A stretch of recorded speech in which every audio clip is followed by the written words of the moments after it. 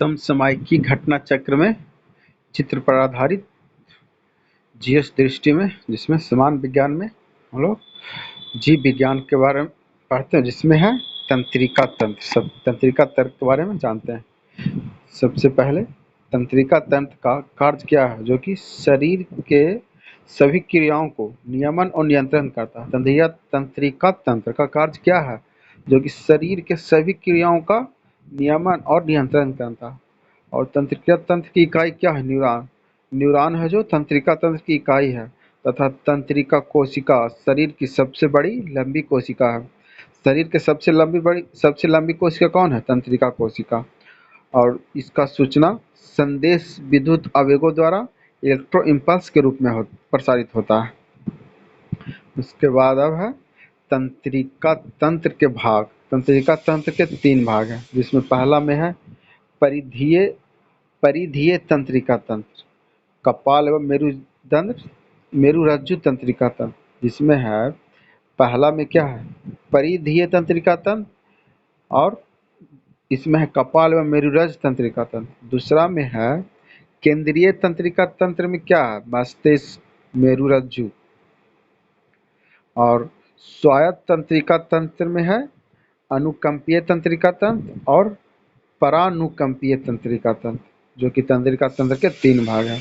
उसके बाद मस्तिष्क के बारे में जानते हैं। मस्तिष्क में कहाँ क्या क्या है? मस्तिष्क का वजन कितना है? लगभग 1400 ग्राम। और मस्तिष्क का कार्य क्या है? सोचना, हृदय गति नियंत्रण करना और शरीर का संतुलन आदि करना। और अस्थियों का खोल, अस्थियों का खोल में है किससे है? क्रेनियम द्वारा सुरक्षित होता है।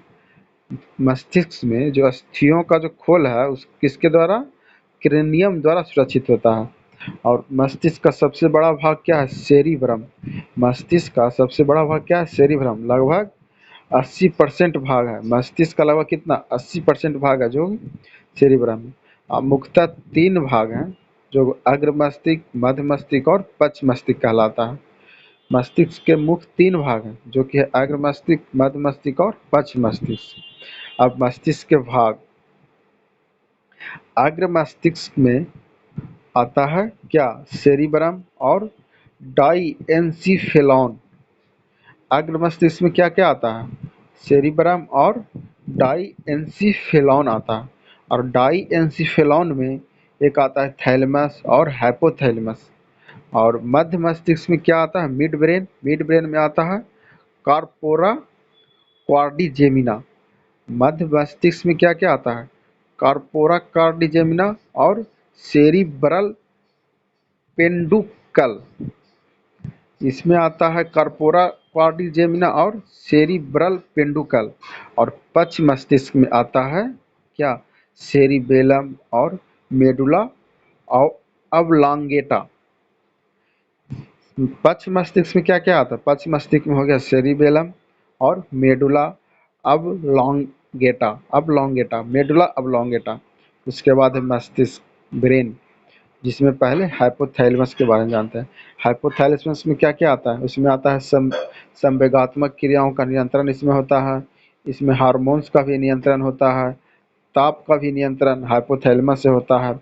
इसमें भूख, प्यास, घृणा आदि का भी नियमन या नियंत्रण किससे? हाइपोथैलेमस के द्वारा होता है। उसके बाद है सेरिब्रम।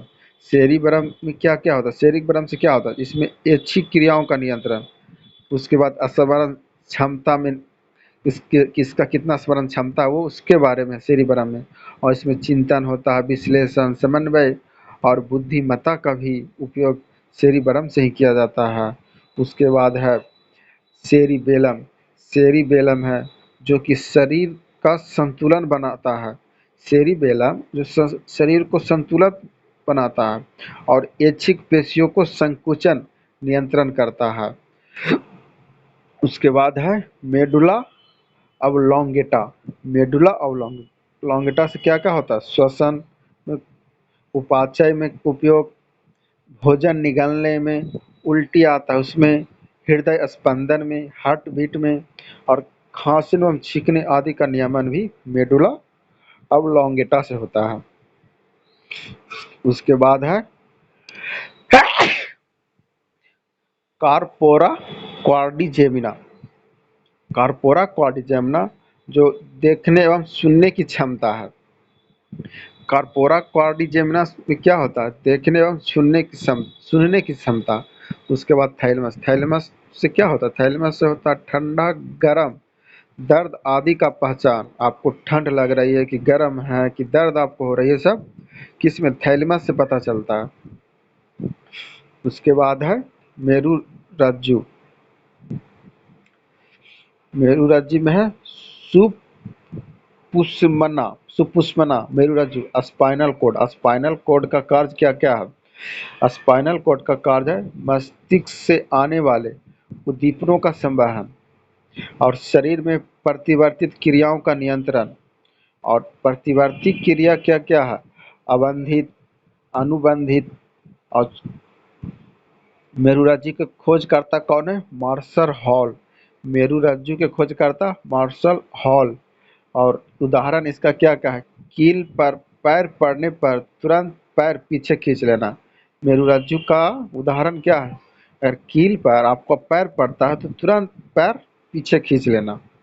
उसके बाद है मेरुरज्जु तंत्रिकाएं। Spinal nervous.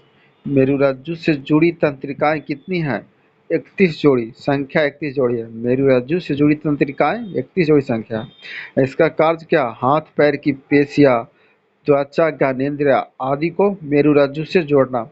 जो हाथ और पैर है उसकी पेशियां और त्वचा की जो ज्ञानेंद्रियां आदि है ये सब मेरुरज्जु से जोड़ता है। उसके बाद है परीक्षा दृष्टि। परीक्षा दृष्टि में क्या क्या है? नार एड नार एड्रिनलिन नामक रासायनिक द्रव्य क्या है? न्यूरोट्रांसमीटर है। न्यूरॉन है तंत्रिका ऊतक की इकाई। तंत्रिका कोशिका के अक्ष तंतुओं, एक्सॉन एवं डेंड्राइट्स के बीच संपर्क बिंदु है। युग युग्मानुबंधन या सिनेप्सेस।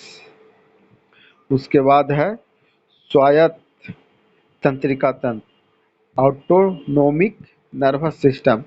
स्वायत्त तंत्रिका तंत्र में आता है अनुकंपीय तंत्रिका तंत्र।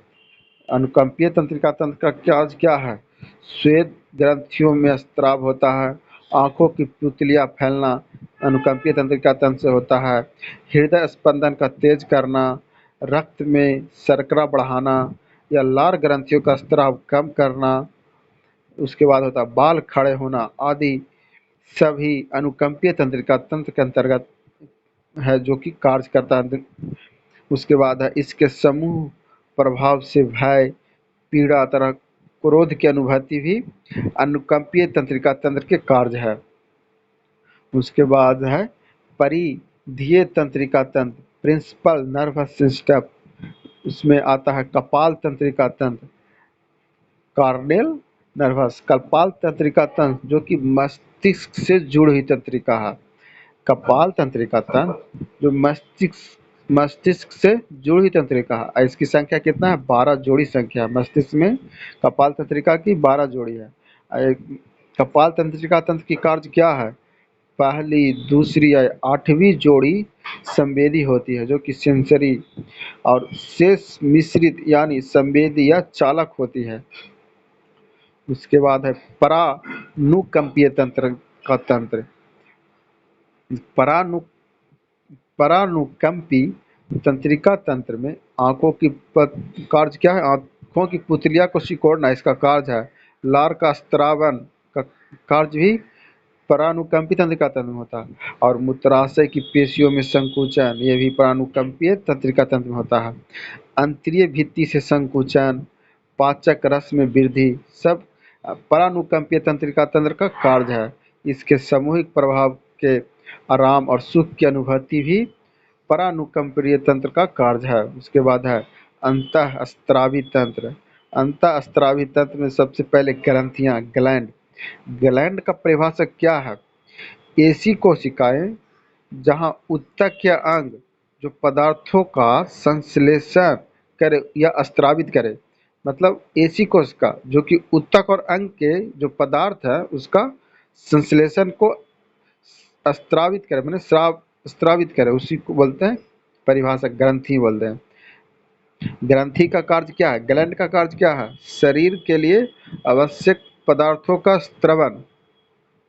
और इसका प्रकार क्या है? इसमें सबसे पहले बहिःस्रावी ग्रंथि। बहिःस्रावी ग्रंथि में एक्सोक्राइन ग्लैंड में क्या है? नलिका युक्त ग्रंथि है, एंजाइम का स्त्राव होता है। उदाहरण के लिए श्वेत ग्रंथि या लार ग्रंथि सब ग्लैंड में ही पाया जाता है। फिर अंतःस्रावी ग्रंथि इंडोक्राइन ग्लैंड में, वो एक्सोक्राइन ग्लैंड में था, नलिका युक्त ग्रंथि, एंजाइम का स्त्राव और श्वेत ग्रंथि लार ग्रंथि। और इंडोक्राइन ग्लैंड में है नलिका विहीन ग्रंथि और हार्मोन का स्त्रावन इसी में होता है, अंतःस्रावी ग्रंथि में। जैसे इस उदाहरण में पीयूष ग्रंथि और अबटू ग्रंथि इसी में पाया जाता है, इंडोक्राइन ग्लैंड में। अब मिश्रित ग्रंथि जो कि मिक्स्ड ग्लैंड है, उसमें बहिःस्रावी और अंतःस्रावी दोनों प्रकार के उत्तक और कोशिका पाए जाते हैं। जैसे इसमें अग्नाशय, अग्नाशय में दोनों प्रकार के अंतःस्रावी और बहिःस्रावी दोनों प्रकार के पाए जाते हैं। उसके बाद है पीयूष ग्रंथि। पीयूष ग्रंथि में का अन्य नाम क्या है? पीयूष ग्रंथि को मास्टर ग्रंथि भी कहते हैं। और इस पीयूष ग्रंथि को क्या कहते हैं? मास्टर ग्रंथि। और इसका हाइपो हाइपोफाइसिस सेरिब्राई के नाम से भी जाना जाता है। हाइपोफाइसिस सेरिब्राई के नाम से कौन जाना जाता है? पीयूष ग्रंथि। और इसका कार्य क्या क्या है? जो कि नियंत्रण कार्य है। हाइपोथैलेमस पीयूष ग्रंथि का मास्टर होता है। हाइपोथैलेमस जो कि पीयूष ग्रंथि का मास्टर है। और पीयूष ग्रंथि का वजन कितना होता है? 0.5 से 1 ग्राम होता है और व्यास 1 से 1.5 सेंटीमीटर होता है। यह कहाँ रहता है? कपाल के अस्फेनाइड हड्डी में। ये कहाँ रहता है? कपाल के अस्फेनाइड हड्डी में, अस्फेनाइड हड्डी में।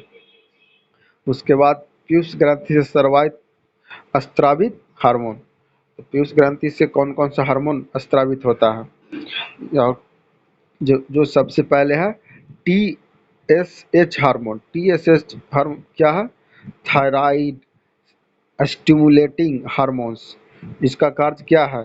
थायराइड ग्रंथियों को थायरॉक्सिन हार्मोन के स्रावन के लिए प्रेरित करता है। और A C T H hormone Andrew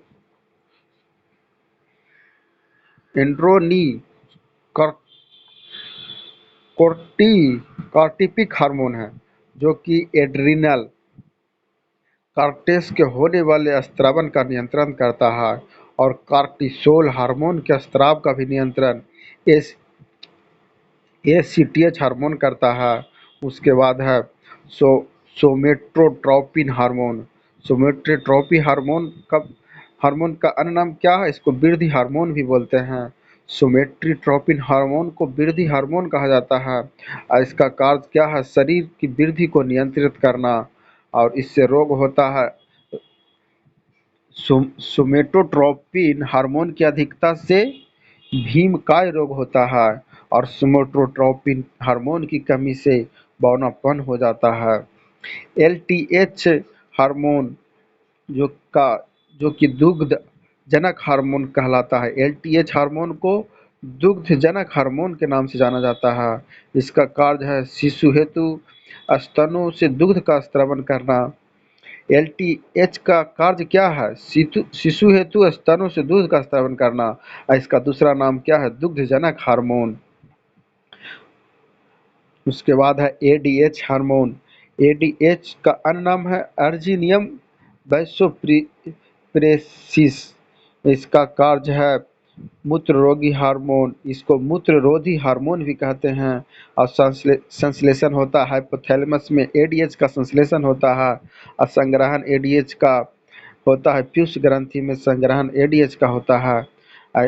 ADH का कार्य है शरीर में जल संतुलन बनाए रखने में सहायक होता है।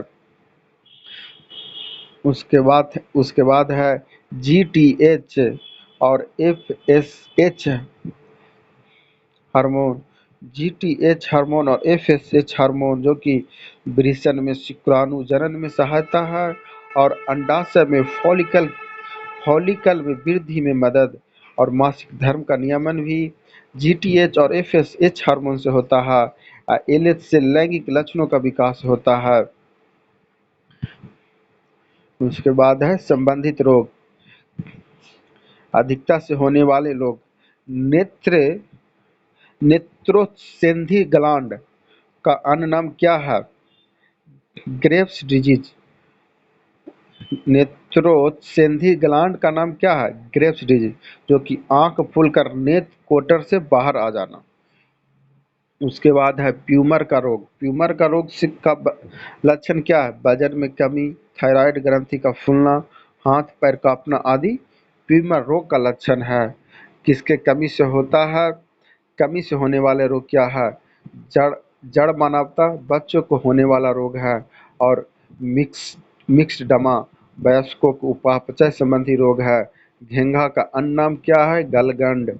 लक्षण थायराइड ग्रंथियों के आकार में अत्यंत वृद्धि। उसके बाद है हाशिमोटो का रोग। हाशिमोटो का रोग क्या है? शरीर के प्रतिरक्षी तंत्र द्वारा थायराइड ग्रंथि पर हमला।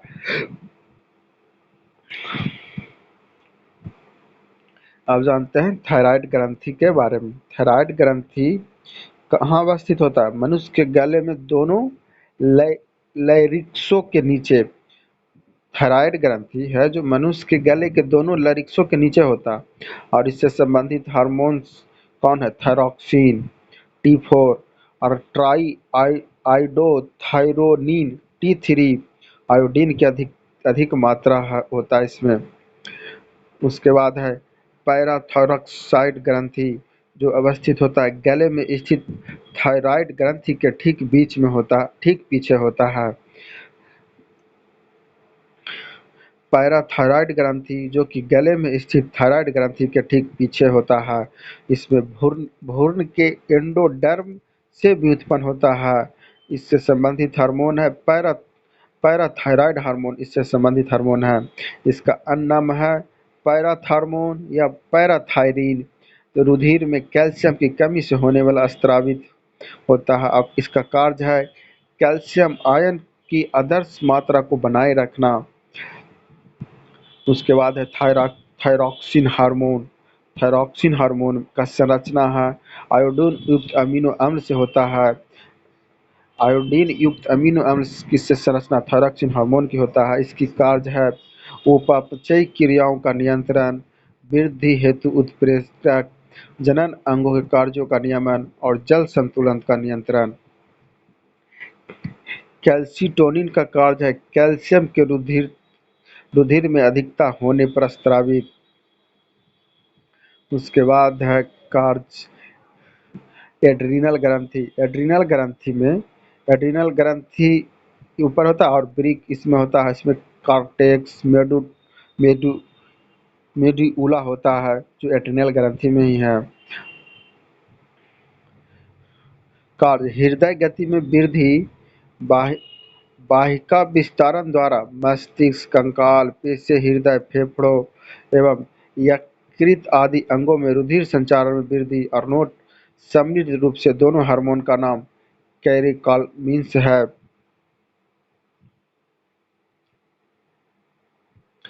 एड्रीनल कॉर्टेक्स से स्रावित हार्मोन विकृति से होने वाला रोग एडिशन रोग है।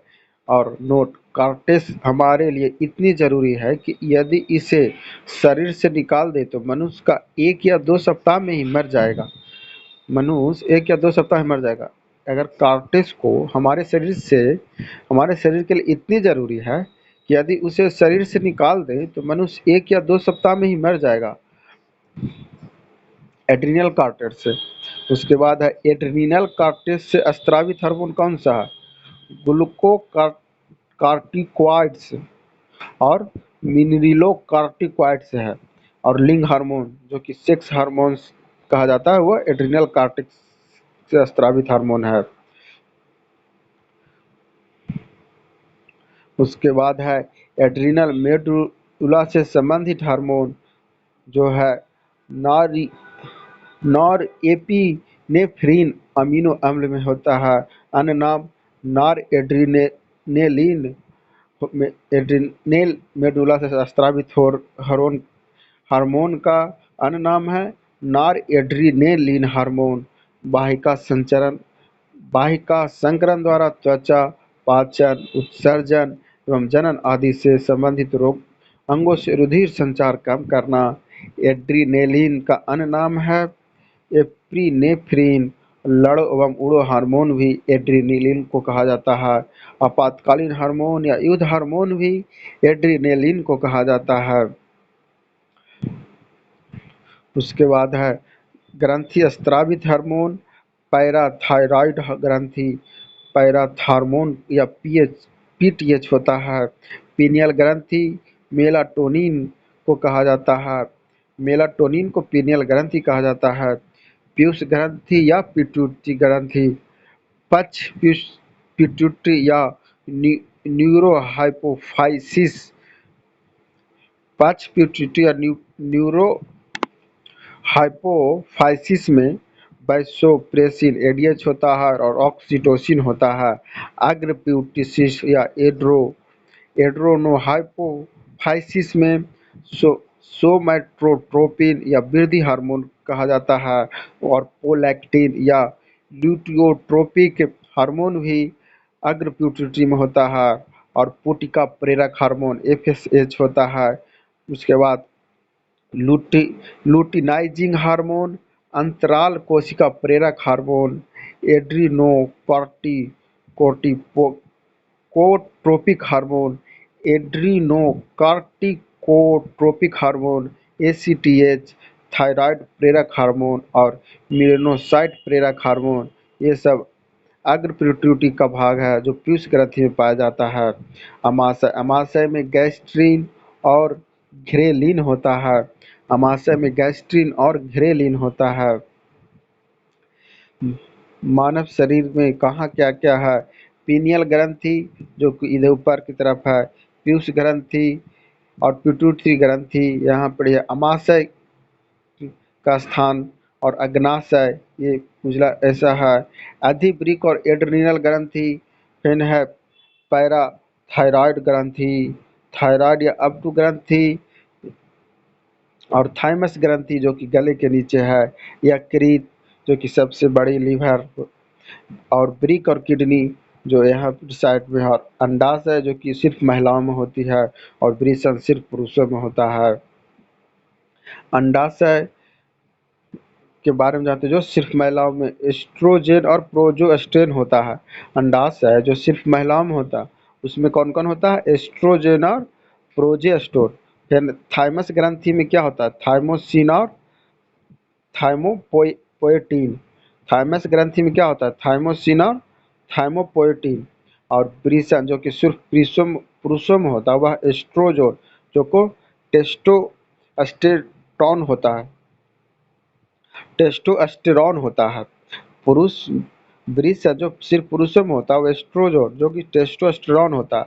अधिवृक्क या एड्रिनल ग्रंथि ये होता है एड्रिनल मेडुला जो एड्रिनेलिन और एपिनेफ्रिन और नॉर एड्रिनेलिन और नॉर एपिनेफ्रिन अधिवृक्क में होता है। एड्रिनल कॉर्टेक्स में एल्डोस्टेरोन और कार्टिसोल होता है।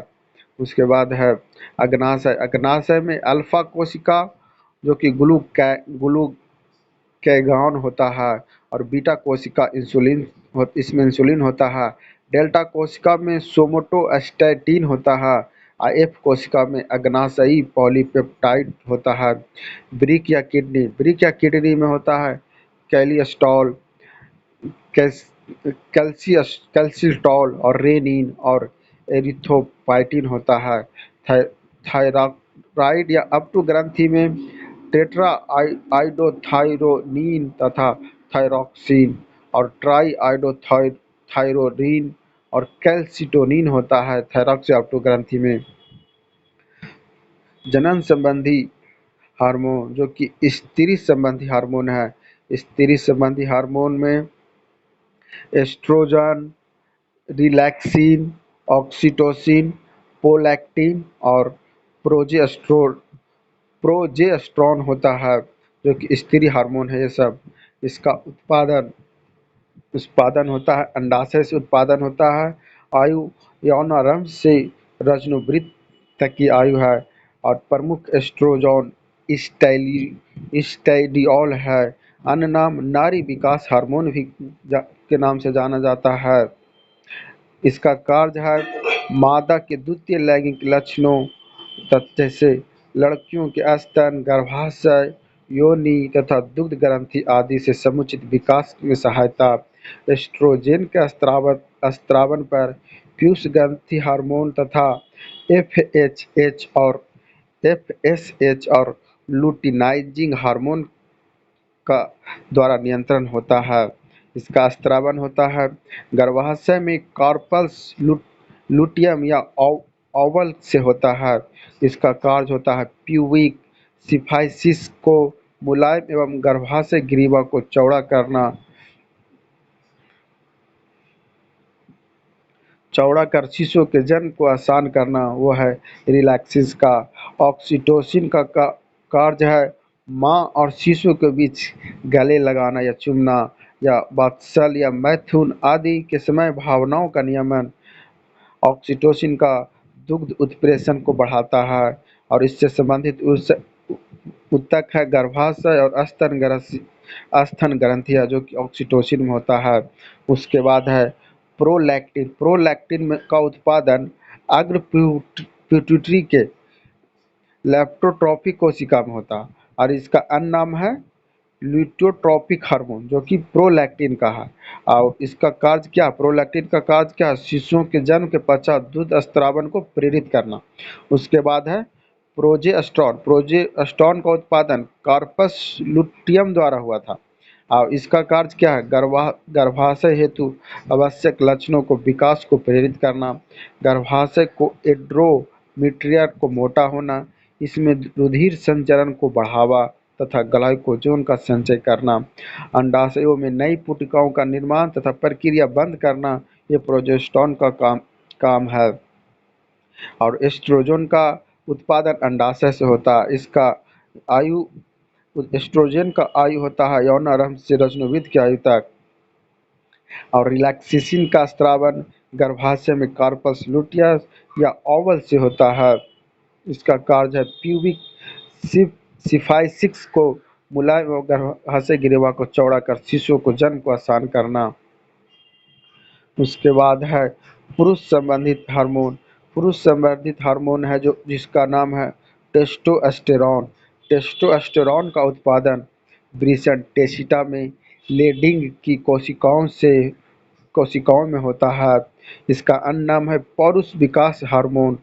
पौरुष विकास हार्मोन जो कि टेस्टोस्टेरोन को कहा जाता है। टेस्टोस्टेरोन से पुरुषोचित लैंगिक लक्षणों का परिवर्धन यौन आचरण को प्रेरित करता है। उसके बाद है पीनियल ग्लैंड। पीनियल ग्लैंड अवस्थित होता है मस्तिष्क के प्रमस्तिष्क के गोलार्धों के बीच। पीनियल ग्रंथि जो कहाँ अवस्थित होता है, मस्तिष्क के प्रमस्तिष्क गोलार्धों में स्थित होता है। यह मानव शरीर के सबसे छोटी अंतःस्रावी ग्रंथि है। पीनियल ग्लैंड जो कि मानव शरीर की सबसे छोटी अंतःस्रावी ग्रंथि है। पीनियल ग्रंथि का अन्य नाम है एपिफाइसिस सेरिब्री। एपिफाइसिस सेरिब्री और इसका स्रावित हार्मोन है मेलाटोनिन। कार्य इस पीनियल ग्रंथि का कार्य क्या है, निंद्रा तथा जगाने की क्रिया पर नियंत्रण, मध्य प्रकाश पर रात में स्त्रवन आदि और तीव्र प्रकाश पर दिन में स्त्रवन काम। मध्य प्रकाश पर रात में स्त्रावन अधिक और तीव्र प्रकाश पर दिन में स्त्रावन कम। जनन एवं भ्रूणीय विकास। प्रजनन। प्रजनन का परिभाषा क्या है, वह प्रक्रम जिसके माध्यम से जीव अपनी संख्या में वृद्धि करता है वह प्रजनन कहलाता है। प्रजनन तंत्र। प्रजनन में भाग लेने वाले अंगों के समूह को प्रजनन तंत्र कहा जाता है। मानव में जनन। मानव में जननांग कौन कौन है, नर और मादा, एक जोड़ी वृषण और एक जोड़ी। जननांग नर में होता है एक जोड़ी वृषण और मादा में होता है एक जोड़ी अंडाशय। उसके बाद मनुष्य एक लिंगीय प्राणी है। मनुष्य एक लिंगी है, इससे नर तथा मादा के जननांगों में भिन्नता। और मानव जनन में गर्भाशय काल में निषेचन के बाद 266 दिन या 38 सप्ताह।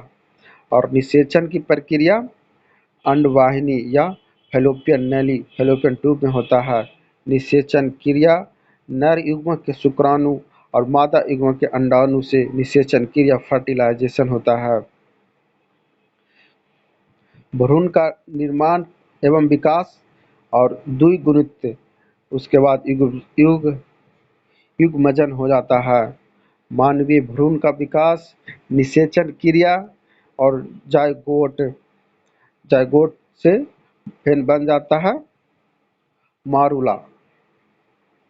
उसके बाद आता है ब्लास्टूला के बाद गैस्ट्रा, तीसरे सप्ताह में गैस्ट्रिला। उसके बाद भ्रूण विकास जो कि दूसरे माह से 9वें माह तक चलता है, वो भ्रूण विकास होता है। परीक्षा दृष्टि, मानव भ्रूण का हृदय स्पंदन करने लगता है अपने परिवर्धन के चतुर्थ या पंचम सप्ताह में से। पूर्ण भ्रूणीय अवस्था है गर्भ काल के प्रथम 2 सप्ताह। तीसरे महीने से जन्म तक का काल कहलाता है भ्रूण काल।